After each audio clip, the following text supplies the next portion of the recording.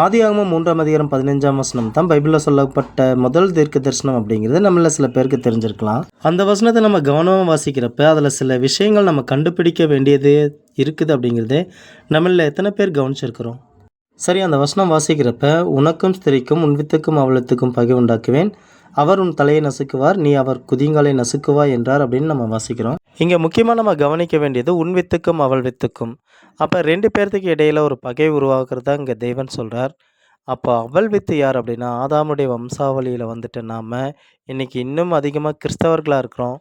அவள் வித்து அப்படிங்கிறது நம்ம தான். ஏதோ ஒரு வகையில் நம்மளாம் வந்துடுறோம். அப்படி இருக்கிறப்ப சாத்தானுடைய வித்து யார், அதை நம்ம கண்டுபிடிச்சே ஆகணும். கண்டுபிடிச்சாதான் அவங்க கிட்டேருந்து நம்மளை நம்ம தற்காத்துக்க முடியும், பாதுகாத்துக்க முடியும், அவங்கள மேற்கொள்ளவும் முடியும். ஒருவேளை நீங்கள் இவங்க யார் அப்படின்னு கண்டுபிடிக்க விருப்பப்பட்டீங்கன்னா கருத்துக்களை கமெண்ட் பண்ணுங்கள். உங்களுக்கு